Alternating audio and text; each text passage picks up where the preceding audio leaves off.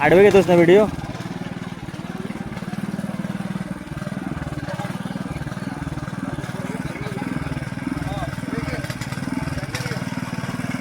आम्ही पण चला दर दे अश्विन दे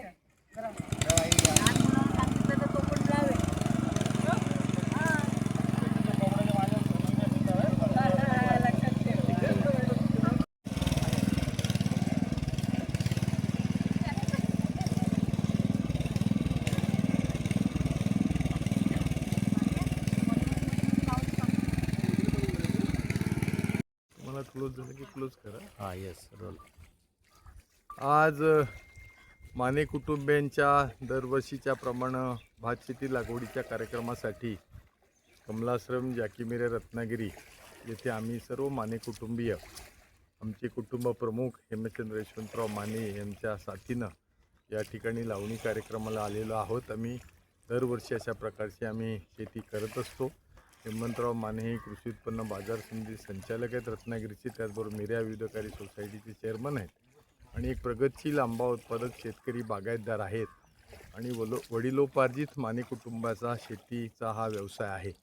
आज मी स्वतः बाळ माने तालुका खरेदी विक्री संघाचा चेअरमन तर आहेच, परंतु या ठिकाणी सहकारी क्षेत्रामध्ये काम करणारा मी कार्यकर्ता. आज माझ्यासोबत आमच्या वहिनी सुजाता माने आहेत, माझ्या सौभाग्यवती सौ माधवी माने आहेत, आमचे ज्येष्ठ चिरंजीव मिहीर माने, सुनबाई शिवानी माने, धाकटे चिरंजीव विराज माने, आमच्या भगिनी कांचन सावंत माने आणि सगळे आमचे सहकारी या ठिकाणी हेमंतराव मानेंच्या साथीनं आम्ही या ठिकाणी सगळे आज हा शेतीचा लावणीचा कार्यक्रम केला आहे. खरं तर यंदा पाऊस उशिरा झाल्यामुळं शेतकऱ्यावरती संकट आहे आणि आपल्या रत्नागिरी जिल्ह्यामध्ये लावणीचा किंवा शेती लागवडीखाली जे क्षेत्र आहे त्याच्यामध्ये पेरण्या झाल्या होत्या. अवेळी पडलेल्या पावसामुळं काही ठिकाणी दुबार पेरण्या कराव्या लागल्या.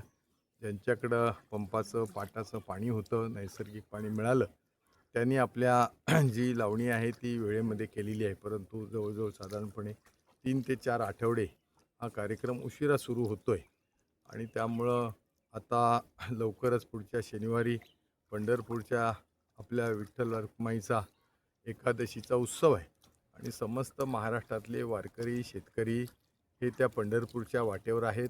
गावागावामधल्या विठ्ठल रखुमाईच्या मंदिरामध्ये सुद्धा त्या ठिकाणी छोट्या वाऱ्या सुरू होणार आहेत किंवा होत आहेत. आमच्या मिऱ्या गावामध्ये सुद्धा अशा प्रकारच्या वारीचा आम्ही एक नवा संकल्प केलेला आहे.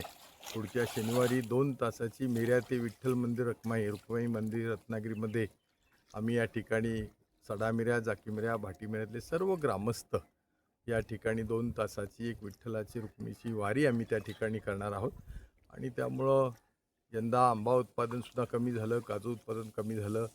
राज्य सरकारने, देवेंद्र फडणवीस साहेबांनी, मुख्यमंत्र्यांनी शेतकऱ्याला एक आधार दिला. आम्ही सगळ्यांनी मागणी केली होती आणि 2 लाखापर्यंतचं कृषी कर्ज आज माफ केलेलं म्हणून तमाम शेतकऱ्यांच्या वतीनं राज्याचे कार्यक्षम संवेदनशील असलेले मुख्यमंत्री आमचे सहकारी मार्गदर्शक देवेंद्रजी फडणवीस साहेब यांचंसुद्धा मी मनपूर्वक कोकणातल्या महाराष्ट्रातल्या शेतकऱ्यांच्या वतीनं अभिनंदन करतो आहे.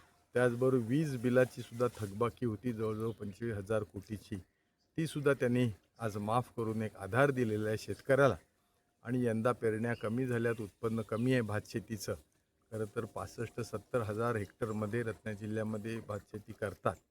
माझा असा प्रयत्न आहे की पुन्हा एकदा हे क्षेत्र जे लागवडीचं भातशेतीचं आहे ते किमान 1 लाख हेक्टरपर्यंत गेलं पाहिजे.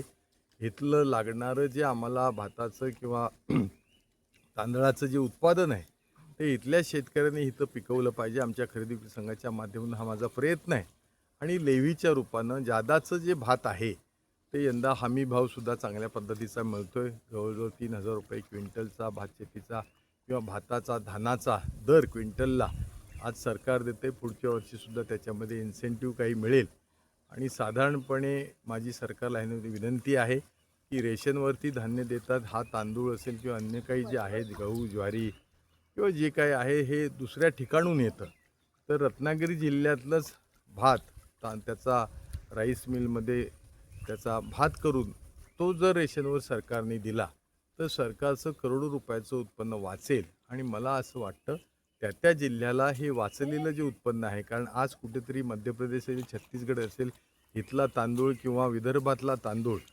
धानाचा शेतकऱ्याचा भात करून त्याचा तांदूळ करून तो रेशनवर येतो. याऐवजी ह्याच्यामध्ये खूप मोठ्या प्रकारचा खर्च सरकारला, केंद्र सरकारला येतो, राज्याला येतो. तर माझा हा प्रयत्न आहे, आत्मनिर्भर भारतातला हा एक संकल्प आम्ही आत्मनिर्भर रत्नागिरी करावी, की रेशनवरती जे सगळं धान्य, तांदूळ विशेष करून जो येतो तो इथल्याच शेतकऱ्यांनी पिकवावा, तोच लेवीच्या रूपानं सरकारने घ्यावा.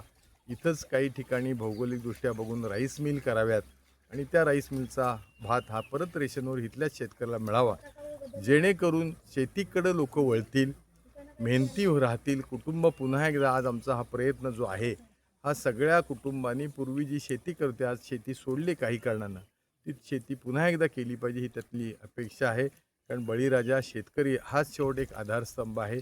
जगाला अन्नदाता देणारा हा जो बळीराजा आहे, ह्यांनी सुद्धा आपापलं आत्मनिर्भर यातलं शेतीचं उत्पन्न आपण वाढवलं पाहिजे. आणि म्हणून प्रतिवर्षाप्रमाणे आजचा हा आमचा लावणीचा कार्यक्रम या ठिकाणी होतोय.